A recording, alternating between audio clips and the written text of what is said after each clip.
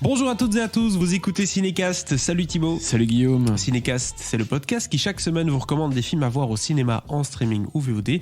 Aujourd'hui, on va vous parler du film Aline de et avec Valérie Lemercier, avec également Sylvain Marcel et Daniel Fichot. Le film sort ce mercredi 10 novembre en Belgique et en France, ça tombe bien. Après, je pense, 1 an et demi de report, enfin c'était... Moi je l'ai vu il y a plus d'1 an le film. C'est pas vrai, tu l'as Si, vu? si. Ah ok, d'accord, parce que moi je l'ai rattrapé donc du coup très récemment. Tu l'as vu il y a vraiment 1 an quoi. Ouais, je l'ai vu en septembre l'année dernière, quelque chose comme ça, parce que le film devait sortir à l'automne 2020 du coup. Tout à fait. La situation était ce qu'elle est. Et d'ailleurs c'est pour ça que c'était très drôle, parce que le film est passé à Cannes après, en juillet dernier. Du coup il était hors compète et il est passé au festival, alors que quasi toute la presse française et belge avait vu le film des mois et des mois auparavant, quoi. Et ce qui est encore plus drôle à part pour Valérie Lemercier, c'est que quand on va sur internet, sur YouTube ou des comptables Valérie Lemercier, Aline ou quoi, on voit plein d'interviews, de promotions qui datent d'il y a 1 an et demi. Elle a fait Quotidien, etc. Et hop, elle doit tout refaire maintenant. Ça ne doit pas être très marrant à faire tout ça, mais bref, voilà. Il sort maintenant son Aline. De quoi ça parle? Alors ça ne parle pas de Aline Dieu. En fait, ça parle de Céline Dion. En gros, c'est un biopic caché. On n'a peut-être pas les droits ou je ne sais quoi, mais en gros, c'est pas véridique. Mais c'est clair que c'est un film qui est très très fort inspiré de la vie de Céline Dion, qui s'appelle Aline Dieu dans ce film-ci. C'est un biopic. Dis pas que c'est inspiré de la vie de Céline Dion. Elle prend des libertés, bien entendu. On va en discuter. Mais globalement, on peut le vendre comme un biopic. Je pense pas que ce soit faux de le vendre comme ça. C'est un biopic sans les droits de Valérie Lemercier. Ça aurait coûté encore plus cher avec les droits. Quoique ce film-ci, sachez-le, a quand même coûté 25 millions d'euros. C'est important pour le cinéma français, c'est pas rien. On parle d'un tiers d'Astérix ici. Tout est passé dans le deepfake. Il y a des chances. Donc de quoi ça parle ce film? Ça parle de la fin des années 60. Sylvette et Anglomar accueillent leur 4e enfant. Il s'agit d'Aline. 14e. 14e enfant. Il y a un avant le 4. Ça m'avait choqué d'ailleurs dans le film. Je sais pas pourquoi je loupe maintenant, mais en effet, 14e enfant, Aline, donc Céline, dans la famille Dion, Dieu. La musique est reine et Aline grandit avec un don. Elle a vraiment une voix en or. Et lorsqu'il entend cette voix, le producteur Guy Claude, qui est en fait René dans la vraie vie. Oui. Reposant en paix, René. Voilà, qui est mort assez récemment, je pense il y a 1 an ou 2. Non, il y a quelques années là. Ouais. Ah oui. Ok. Et donc du coup, René, qui est donc le producteur de Céline Dion, et du coup son mari, par la suite, avec au moins 26 ans d'écart, un bon 26 ans d'écart entre les deux. Il aide Aline à monter dans le monde du showbiz et à devenir la légende qu'elle est aujourd'hui.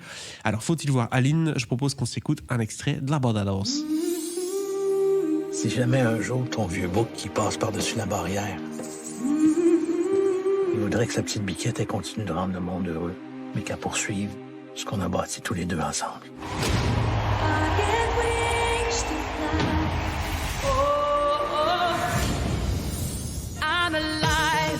On a un diamant brut. J'ai presque manqué de pleurer. Elle va mettre tout le monde à terre. Voici maintenant un moment que nous attendons tous avec impatience. C'est la révélation au Québec de piano. Voici Aline Dieu. Vous l'aurez compris par mon accent québécois très mauvais. Et surtout Pourquoi Guillaume? Parce que c'est important de le dire. En fait, tous les acteurs du film, à part Valérie Lemercier, sont québécois, ce qui est assez intéressant. Ça, on peut pas s'y tromper. Céline Dion, forcément, il y a du Québec là-dedans. Et donc, du coup, c'est quand même une des particularités du film que j'ai oublié de mentionner. Et voilà, cette petite note sur la bande-annonce, c'est à ça que ça servait. Donc, ce Aline, Thibaut, c'est pas une comédie. Pourtant, non. Venant de Valérie Lemercier, on pourrait s'attendre à un film second degré sur Céline Dion. Allez hop, Aline Dieu, on fait quelques blagounettes. Non, on prend le sujet au sérieux, en tout cas le plus possible. Oui. Si ce n'est certains choix artistiques qui sont discutables. Le fait, par exemple, que Valérie Lemercier joue le rôle à tous les âges. Donc, Céline Dion, quand elle a 6 ans, c'est la tête de Valérie Lemercier. Oui, ce fameux deepfake que j'évoquais tout à l'heure. Effectivement, ils ont été collés le visage de Valérie Lemercier sur le corps d'une gamine de 12 ans. C'est extrêmement perturbant. Oui. Surtout qu'elle a une grosse tête. Oui, elle a un peu une grosse tête comme ça. Et du coup, oui, ça c'est le truc. Bon, on part déjà dans toutes les directions là, j'ai l'impression, mais c'est le truc, c'est mon petit bémol à la limite. On va commencer par ça. C'est un peu ce deepfake qui peut empêcher un peu de rentrer vraiment dans le délire. Voilà, peut-être, oui. Mais après, il y a tout le reste du film et voilà, faut pas s'inquiéter. Mais c'est vrai que le deepfake au début, c'est un peu perturbant. Oui, mais la raison pour laquelle on parle de ça, c'est pas pour partir dans tous les sens, c'est justement pour bien expliquer à vous, les auditeurs, que ce film-ci, en fait, n'est pas le biopic classique tel qu'on l'entend, vous savez, genre Clo-Clo et des films comme ça qu'on a eu récemment sur la vie d'un artiste ou d'une artiste avec un fait dans sa carrière qui va bouleverser le reste de son histoire. Bref, on n'est pas là-dedans. On est vraiment dans un film hommage à l'entièreté de la carrière de Céline Dion, puisqu'on part du début jusqu'à plus ou moins aujourd'hui. Et c'est ça parle pas d'une chose en particulier, ça parle un peu de tout. Et c'est, comme j'ai dit, il y a un peu d'humour, il y a un peu ce côté décalé où en effet on voit le visage de Valérie Lemercier sur une fille de 6 ans ou 12 ans. Et après, il y a quelques petites blagues. Mais on n'est jamais dans une des deux catégories. On n'est pas dans le côté parodique, mais on n'est pas non plus dans le côté 100% bio, quoi. Ouais, alors par contre, je suis pas tout à fait d'accord avec toi quand tu dis que on n'est pas dans le truc classique de on prend un épisode particulier de la vie de quelqu'un, parce que ça c'est quelque chose qui se fait depuis quelques années seulement. Ouais, ça se fait fort. Où justement ça rend le côté biopic un peu intéressant, parce que sinon en général les gens font justement l'entièreté de la vie de quelqu'un ou presque, ouais, c'est ça. Et ça c'est le truc un peu chiant.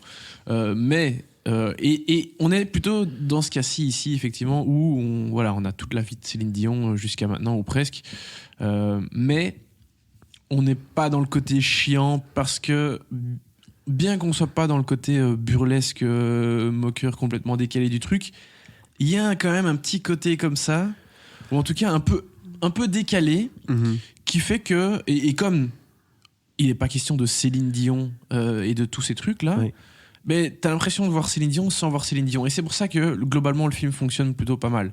Oui. C'est que t'as un biopic sur Céline Dion sans jamais qu'on te cite le nom de Céline Dion et de René et de toute la clique et des chansons connues et tout le bazar. Donc, forcément, t'as l'impression t'as une impression de déjà vu. Oui. Mais mais différemment, en fait. Exactement. Donc c'est cette proposition qui est hyper originale qui fait que le film fonctionne. C'est important de commencer par là parce que ceux qui pensent voir un film sur Céline Dion vont peut-être être un peu déçus parce que c'est pas exactement ça, et ceux qui pensent voir un palais royal dans le monde de Céline Dion vont être également déçus. Ouais, non mais c'est vrai. Oui, alors oui, c'est vrai. C'est assez atypique, quoi. Cela dit, c'est quand même, t'as vraiment un film sur Céline Dion. Oui, même si il y a pas mal de liberté, je pense.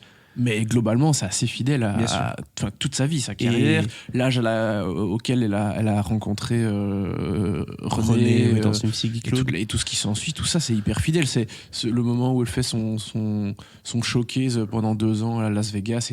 Tous ces bazars-là, tout y est, quoi. Et c'est limite la fiche Wikipédia de la vie de Céline Dion. Oui, c'est toutes les anecdotes de sa vie dans un film. Elle se refait les dents, patati patata, il y a tout ça dans le film, avec son lot de moments un peu cocasses. Et bien sûr, c'est des moments un peu plus dramatiques, même si c'est toujours abordé de manière assez légère dans ce film-ci. Hein. On rentre pas dans un drame profond à un moment donné où on est en mode, oh mon Dieu, que va-t-il se passer, Céline ? Non, il y a des moments un peu plus durs, effectivement, parce que bon, en même temps, c'est jamais qu'une fille. Elle a commencé hyper jeune, donc elle a été dans le showbiz très jeune et quasi toute sa vie, du coup. Donc c'est vrai que forcément, t'as des bas et donc oui, on n'est pas dans un truc vraiment déprimant, mais pas tout à fait léger non plus. Hein. Exactement. Moi, en tout cas, j'en suis sorti avec plus de questions sur Céline que de réponses. Mais notamment, je veux dire, le fait qu'elle passe sa carrière comme ça, enfermée pratiquement dans sa villa à Las Vegas, à que faire des concerts non-stop, presque 200 concerts par an. Alors oui, il y a un choix économique derrière parce que c'est une résidence et tu bouges pas tout le temps et t'es avec ta famille, quoi. Et elle gagne plus d'argent que Beyoncé, j'entends. Donc c'est quand même un concept. Mais en même temps, ça fait un peu, pas passer l'impression que c'est de l'exploitation, quoi. Quand elle dit qu'elle n'a jamais voyagé en 14 ans, tu te dis ok, d'accord. Donc c'est quand même des choses assez particulières. Donc voilà, un peu une surprise, Aline. On a assez parlé de l'histoire, mais maintenant parlons aussi du film. Mais ça donne, je trouve que, je sais pas toi, moi, honnêtement, Céline Dion, rien à kicker, hein, je vais pas te mentir, c'est pas du tout ma cam, j'en ai un peu rien à foutre. Mais globalement, ça m'a limite donné, à ce moment-là, ça m'a limite donné envie d'aller écouter des chansons de Céline Dion et de me plonger un peu là-dedans, tu vois. En tout cas, ça se voit que Valérie Lemercier aime son sujet, hein, et lui rend vachement hommage. Hein, oui, il faut le dire, c'est pas du tout moqueur et tout. Alors bien sûr, il y a des trucs un peu atypiques où t'as envie de rigoler un petit peu parce que c'est une vie de showbiz et voilà, enfin, faut être honnête, c'est pas la vie du commun des mortels. Il faut te refaire les dents parce que c'est moche, des trucs comme ça où on dit, oh là là, c'est un peu... Il y a des trucs un peu... elle veut pas chanter Titanic, elle trouve que c'est bidon la chanson, finalement elle le fait quand même, enfin voilà. Oui, il y a des trucs comme ça, mais globalement c'est vrai que oui, c'est pas un film anti-Céline Dion du tout, quoi. Ah non, pas du tout, au contraire, c'est tout à fait l'inverse. Et c'est à se demander pourquoi... Alors, est-ce que c'est... Ça, j'en sais rien, et honnêtement, j'ai pas trop lu d'interviews sur le sujet, mais est-ce qu'ils ont fait le film comme ça uniquement parce qu'ils n'ont pas eu les droits d'utiliser les chansons, les noms, enfin d'associer réellement Céline Dion à ça, ou est-ce que c'est un choix de mise en scène depuis le début, auquel cas enfin de toute façon ça fonctionne, mais ça m'intéresserait de savoir les intentions et les raisons derrière. En tout cas, ce qu'elle dit, parce que du coup ça m'a intéressé, j'ai été voir plusieurs interviews après avoir vu le film sur la conception de ce film-là. Donc déjà à la base, l'idée c'était juste de faire un film, enfin en fait elle a lâché l'idée comme une blague dans une interview qu'elle a donnée pour son film précédent. Quelqu'un a dit alors c'est quoi votre prochain film? Elle a dit je vais faire un film sur le biopic de Céline Dion. Et les gens ont rigolé, c'était une blague. Et son producteur lui a dit mais vas-y, fais-le, franchement, vas-y à fond. Sauf que forcément, ils n'ont pas les droits, mais ça, elle va pas le dire. Donc, du coup, elle dit oui, mais c'était pour pas mettre le nom de Céline, le nom de tout le monde, pour avoir le poids de faire un biopic sérieux. Parce qu'à partir du moment où tu fais ton film s'appelle Dion, par exemple, t'es obligé d'avoir le monde entier va regarder ce film, tu vois. Sûr. Et donc du coup, tu peux pas te planter, quoi. Et Valérie Lemercier, c'est pas non plus la cinéaste la plus accomplie de la planète. Non, s'attaquer au biopic de Céline Dion, c'est chaud quand même. Hein. Il faut y aller. C'est vrai. Mais pour le coup, c'est un choix payant. Oui, vaut mieux y aller doucement entre guillemets que directement se mettre tous les projecteurs de la planète devant ça, parce que tout le monde va se dire c'est quoi ce film, quoi. Et au moins ça te libère un peu parce que t'as moins de contraintes, parce que si bien sûr t'as les contraintes que tu t'imposes et que l'histoire impose, mais globalement tu fais un peu plus que ce que tu veux et t'as moins la pression de la famille, des fans aussi, hein, parce que au mois de j'allais dire au mois de décembre, mais j'ai appris que le film était reporté en janvier ou février. On va parler du biopic du père de Vénus et Serena Williams, tu vois qu'il y a les Williams dans les productrices. Ils font la promo. Et voilà, bon, à partir du moment où les personnalités sont impliquées, on va pas les montrer en train de faire la fête et de vomir dans des boîtes, hein, ça c'est sûr, ça va être un film un peu lisse. Voilà, c'est clair. Voilà. Dès qu'ils sont dedans, forcément le sujet est un peu moins sérieux, on va dire. Oui, pas forcément moins sérieux, mais voilà, tu sens que... Ouais. Ça. Édulcoré, tout à fait. Bon, ici, en tout cas, pour revenir sur le film, vous avez compris, il y a des choses intéressantes dans ce film-ci. D'un point de vue de l'AREA, je trouve que Valérie Lemercier s'en sort pas mal du tout, parce que on l'a pas vu là-dedans, enfin, dans des films où, justement, il y a de la production là-dedans, hein, donc ils vont à Las Vegas, etc. Et on voit que les scènes aussi où elle danse, elle chante, bon, c'est pas elle qui chante, mais c'est vachement bien reconstitué. Mm-hmm. Donc quand même, félicitations à elle, parce que je m'attendais pas à ça de sa part. Je m'attendais à un truc un peu plus carton-pâte. Il faut tout le côté strass paillettes et tout le bazar, quoi. Et oui, à ce niveau-là, je trouve que c'est assez bien retranscrit dans le film. Et elle s'en sort super bien, Valérie Lemercier, quoi. Elle s'en sort très bien. Une grosse félicitations également à Sylvain Marcel, hein, qui joue Guy Claude. Je trouve qu'il joue vachement bien. Tu vois René, quoi. Ah, clairement, et puis les parents aussi qui sont très bons aussi, je trouve, dans le rôle, la maman. Mais Valérie Lemercier, enfin, vraiment un grand chapeau, parce que oui, là on parle de sa performance en tant qu'actrice qui est super, et parfois tu vois Céline Dion, parfois tu vois plus Valérie Lemercier, enfin c'est normal, c'est difficile de pas voir Valérie Lemercier non plus, mais il y a tout ce qu'il y a derrière, quoi. Il y a la réalisation, il y a tout le projet, donc franchement c'est du gros boulot, et elle a vraiment très bien fait ça, quoi. Inattendu de sa part, en tout cas, ça c'est sûr et certain. Si on devait donner une note à ce film, Thibaut, combien est-ce qu'on lui donnerait ? Facilement 3, hein. Oui, ça c'est clair, 3 étoiles. 4, je sais pas si on peut aller jusque-là, parce que le film m'a pas bousculé plus que ça. J'ai vraiment été surpris. En fait, j'étais très agréablement surpris. C'est comme quand quelqu'un fait toujours des 1 et en un coup il te fait un 5, tu te dis waouh, tu vois ce que je veux dire. Tu veux Valérie Lemercier, là. Valérie, c'est pas toujours fantastique. Non, c'est vrai. Donc voilà, venant de Marie-Francine, là c'est sûr qu'il y a tu te dis c'est elle qui a fait le film, qu'est-ce qui se passe? Donc oui, il y a clairement un énorme progrès. Et ça donne envie qu'elle s'attaque à des projets peut-être un peu plus ambitieux que la moyenne.